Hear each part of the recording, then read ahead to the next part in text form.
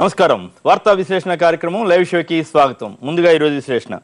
ఈనాడు మద్యం కేసుల్లో చిక్కున్న ఉద్యోగులు వాటి నుంచి బయటపడేందుకు సచివాలయం చుట్టూ తిరుగుతున్నారని, అవసరమైతే 10 లక్షల వరకు చెల్లించేందుకు కూడా వెనకాడడం లేదని బ్యానర్ కథనాన్ని ఇచ్చారు. ఏలూరు ఎంపీ కావూరి సాంబశివరావు రాజీనామా వ్యవహారం స్పీకర్ పరిశీలనలో ఉందని, ఇక ఆయన కాంగ్రెస్కు దూరమైనట్లేనని భావిస్తున్నట్లుగా ఈనాడు రాసింది. ఏలూరు నుంచి ఆయన వైఎస్ఆర్ కాంగ్రెస్ పక్షాన పోటీ చేయడానికి మొగ్గు చూపుతున్నట్లుగా కూడా కాంగ్రెస్ నేతలు భావిస్తున్నారు. సోషల్ మీడియాకు ఐటీ చట్టంలోని సెక్షన్ 66A ప్రతిబంధకంగా మారింది. సిబిఐ కొత్త బాస్గా రంజిత్ సిన్హా నియమితులయ్యారు. ఉభయ సభల్లో ఎఫ్డీఐలపై రగడ జరిగింది. తెలంగాణ ఎంపీలు పార్లమెంట్ ఆవరణలో ధర్నా చేశారు. వారిని కేంద్ర మంత్రి చిరంజీవి పరామర్శించగా పీసీసీ చీఫ్ బొత్స కూడా పలకరించారు. కాగా వాయిలార్ రవి వీరిని పట్టించుకోకుండా వెళ్లిపోవడం విశేషం. వైఎస్ మంచి చేస్తే జగన్ జైల్లో ఎందుకున్నట్లని, విజయమ్మ తీరును చూస్తే సుప్రీంకోర్టు కుట్ర చేసిందనేలా ఉన్నారని టీఆర్ఎస్ నేతలు మాజీ ఎంపీ జితేందర్ రెడ్డి, మరో నేత నిరంజన్ రెడ్డిలు వ్యాఖ్యానించారు. స్వామి గౌడ్ను టీఆర్ఎస్ అభ్యర్థిగానే పరిగణిస్తామని, తాము కూడా ఎమ్మెల్సీ స్థానానికి పోటీ చేస్తామని బీజేపీ అధ్యక్షుడు కిషన్ రెడ్డి స్పష్టం చేశారు. బీహార్, గుజరాత్లు మనల్ని చూసే ముందుకెళ్లాయని, వైఎస్ రోసయ్య కిరణ్ హయాంలో రాష్ట్రం వెనక్కిపోయిందని చంద్రబాబు ధ్వజమెత్తారు. పెద్ద కొడుకునంటూ చంద్రబాబు మరో నాటకం ఆడుతున్నారని విజయమ్మ చేసిన వ్యాఖ్యలను లోపల పేజీలో ప్రచురించారు. కొవ్వూరు ఎమ్మెల్యే ఆర్డీఓ ఆఫీస్ ఎక్కి నిరసన తెలిపారు. తమ ఇంటిపై దాడి చేసిన వారిపై కేసు పెట్టాలంటూ మోహన్ బాబు కొడుకు విష్ణు నాంపల్లి కోర్టులో ఫిర్యాదు చేయగా అతనికి వ్యతిరేకంగా బ్రాహ్మణ సంఘాలు ధర్నా చేశాయి. ఎంపీ నిధుల కేటాయింపులో కేసీఆర్ది అగ్రస్థానం అంటూ ఓ స్టోరీ ఇచ్చారు. గోడ దూకే ఎమ్మెల్యేలకు సీఎం బుజ్జగింపులు సాగుతున్నాయి. సుధీర్ రెడ్డి, శ్రీధర్, శ్రీశైలం గౌడ్, రాజేందర్, మోహన్ తదితరులు సీఎంతో భేటీ అయిన వారిలో ఉన్నారు. సాక్షి మహబూబ్నగర్ జిల్లాలోకి షర్మిల పాదయాత్ర ప్రవేశించిన సందర్భంగా ప్రజలు ఘనస్వాగతం పలికారు. కొత్తగా 35,000 పోస్టులతో డిఎస్సి రాబోతోంది. ఉచిత విద్యుత్ సర్వీస్ ఛార్జీల బకాయిల చెల్లింపులకై ఒత్తిళ్లు తెస్తున్నారంటూ ఓ స్టోరీ ఇచ్చారు. రాష్ట్ర నాయకత్వంలో మార్పులు చేర్పులకు మరికొంత గడువు పట్టవచ్చని రాశారు. కసపూరికి ప్రతీకారం తీర్చుకుంటామని తాలిబాన్ సంస్థ హెచ్చరించింది. ధర్మానను కేబినెట్కు హాజరు కావాలని సీఎం కోరారు. రాజీవ్ విద్యా మిషన్ నిధులతో ర్యాకుల కొనుగోలుకు మంత్రి ఆదేశాలు ఇచ్చిన వైనంపై స్టోరీ ఇచ్చారు. మహబూబ్నగర్ జిల్లాలో మాజీ ఎమ్మెల్యే స్వర్ణ సుధాకర్ రెడ్డి కాంగ్రెస్ కు గుడ్ బై చెప్పి వైఎస్ఆర్ కాంగ్రెస్ లో చేరుతున్నారు. రంగా యూనివర్సిటీ వీసీ ఎంపిక ప్రక్రియ సరిగా లేదని గవర్నర్ ఆగ్రహం వ్యక్తం చేశారు. కిషోర్ చంద్రదేవ్పై అధిష్టానానికి బొత్స ఫిర్యాదు చేశారు. ఆంధ్రజ్యోతి 16 ఏళ్లలో 31,000 మంది రైతులు బలవన్మరణం చెందారని కథనాన్ని ఇచ్చారు. సీఎంపై వ్యవసాయ మంత్రి అసంతృప్తిగా ఉన్నారు.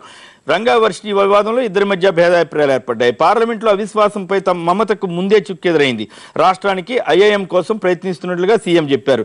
నమస్తే తెలంగాణ జంప్ జిల్లానీలకు తెలంగాణ ఝలక్. వైఎస్ఆర్ కాంగ్రెస్ వెళ్లేందుకు జంకుతున్న నేతలంటూ స్టోరీ ఇచ్చారు. ధర్మాన ప్రాసిక్యూషన్ కు సిబిఐకి అనుమతి ఇవ్వనట్లేనని ఓ స్టోరీ ఇచ్చారు. చంద్రబాబు ఓసరవెల్లి అని పోచారం శ్రీనివాసరెడ్డి ధ్వజమెత్తారు. 2014లోగా కాంగ్రెస్ ను పూర్తి చేస్తామని ఎంపీ విజయశాంతి అన్నారు. పార్లమెంట్లో తెలంగాణ బిల్లు ఎందుకు పెట్టరని చంద్రబాబు ప్రశ్నించడం విశేషం. వార్త ఎక్కడా అడ్డులేని పాదయాత్ర, తెలంగాణలోకి ప్రవేశించిన షర్మిల ప్రజాప్రస్థానం. నిజాలు చెప్తే తల 1000 ముక్కలవుతుందని, అందుకే చంద్రబాబు నిజాలు చెప్పరని విజయమ్మ వ్యాఖ్యానించారు. తల్లి వంటి కాంగ్రెస్ను వీడనని హోంమంత్రి సబితా అంటున్నారు. చిరంజీవి డబ్బుకు అమ్ముడుపోయారని షర్మిల అన్నారు. సూర్య సమస్యలని స్వయంకృతమంటూ కాంగ్రెస్ నేతల్లో అంతర్మదనం జరుగుతోంది. కాంగ్రెస్ ఎజెండాను కేసీఆర్ అమలు చేస్తున్నారని టీడీపీ నేత పెద్దిరెడ్డి ఆరోపించారు. ఆంధ్రభూమి కాంగ్రెస్ కు కావూరు రాజీనామా చేసి త్వరలో వైఎస్ఆర్ కాంగ్రెస్ లో చేరుతున్నట్లు రాశారు.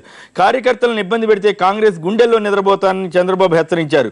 సూర్యాపేటలో టీఆర్ఎస్ కు పోటీగా ఎంఆర్పీఎస్ సభ పెడుతోంది. ఆంధ్రప్రభ కాకినాడ లంగర్ రేవు ప్రైవేట్ పరం కాబోతోందంటూ ఓ స్టోరీ ఇచ్చారు. స్వయం కృషితో ఎదిగి వచ్చానని తమిళనాడు గవర్నర్ రోసే అన్నారు. దేశ ఆర్థిక మంత్రిగా రోసే నియమితులు కావాలని ముత్తా గోపాలకృష్ణ అభిప్రాయపడ్డారు. ప్రజాశక్తి సీఎం హడావుడి కొనసాగుతున్న బుజ్జగింపులంటూ స్టోరీ ఇచ్చారు. ఎఫ్డీఐలపై ఓటింగ్ లేని చర్చ వృధా అని సీతారాం యేచూరి అన్నారు. విశాలాంధ్ర మద్యం అదనపు ఉత్పత్తికి ప్రభుత్వం జీవో ఇచ్చింది. విద్యారంగంలో కోతలకు నిరసనగా లండన్లో వేలాది మంది నిరసనలు తెలిపారు. దక్కన్ క్రానికల్ కృష్ణా 3వ దశ బిడ్లను ఓపెన్ చేశారు. తెలంగాణ మనోభావాలను గౌరవిస్తామని షర్మిల అన్నారు. హిందూ తెలంగాణలో షర్మిలకు ఘన స్వాగతం లభించిందని హిందూ రాసింది. జగన్ తప్పులతో తనకు పదవి పోతుందేమోనని వైఎస్ భయపడ్డారని, అందుకే ఆయన్ని వ్యాపారం కోసం బెంగళూరు పంపారని చంద్రబాబు చెప్పారు. టైమ్స్ ఆఫ్ ఇండియా రైల్వేలో ప్రైవేట్ పెట్టుబడులకు కేంద్ర కేబినెట్ ఆమోదం తెలిపింది. చార్మినార్ కంటే అక్కడి భాగ్యలక్ష్మి గుడి పురాతనమైందని ఆలయ సంరక్షణ సమితి వాదిస్తోంది. ములాయం బర్త్డే సందర్భంగా 1560 కోట్ల వ్యవసాయ రుణాలని సీఎం అఖిలేష్ రద్దు చేశారు. పాక్లో తాలిబాన్ ఉగ్రవాద దాడులకు 23 మంది షియాలు మరణించారు. ఇండియన్ ఎక్స్ప్రెస్ వాట్ బ్రదర్ మా కష్టాలను చూడడానికి వచ్చారా అంటూ ఎక్స్ప్రెస్ ప్రతినిధిని చంద్రబాబు పలకరించారు. ఈ సందర్భంగా పాదయాత్రలో చంద్రబాబు తీరుతెన్నులపై ప్రత్యేక కథనాన్ని ఇచ్చారు. తెలంగాణలో షర్మిలకు ఘన స్వాగతం లభించిందని, ఈ పత్రిక కూడా రాసింది. కడప లోక్సభకు షర్మిల పోటీ చేసే అవకాశం ఉందని రాశారు. అయితే అవినాష్ రెడ్డి వైపే జగన్ మొగ్గు చూపుతున్నట్లుగా కథనాన్ని ఇచ్చారు. ఇవి ప్రధానంగా ఆ పత్రికలో వచ్చిన వార్తా విశేషాలు, వాటికి సంబంధించిన విశ్లేషణ. ఇక ఈ రోజు SMS, జగన్ తప్పులకు వైఎస్ఆర్ఏ భయపడి జగన్ను బెంగళూరు పంపించారన్న చంద్రబాబు వ్యాఖ్యలతో ఏకీభవిస్తారా అంటే 47% మంది అవునని, 53% మంది కాదంటున్నారు. ఇప్పుడు చిన్న విరామం తర్వాత లైవ్ షో కొనసాగుతుంది.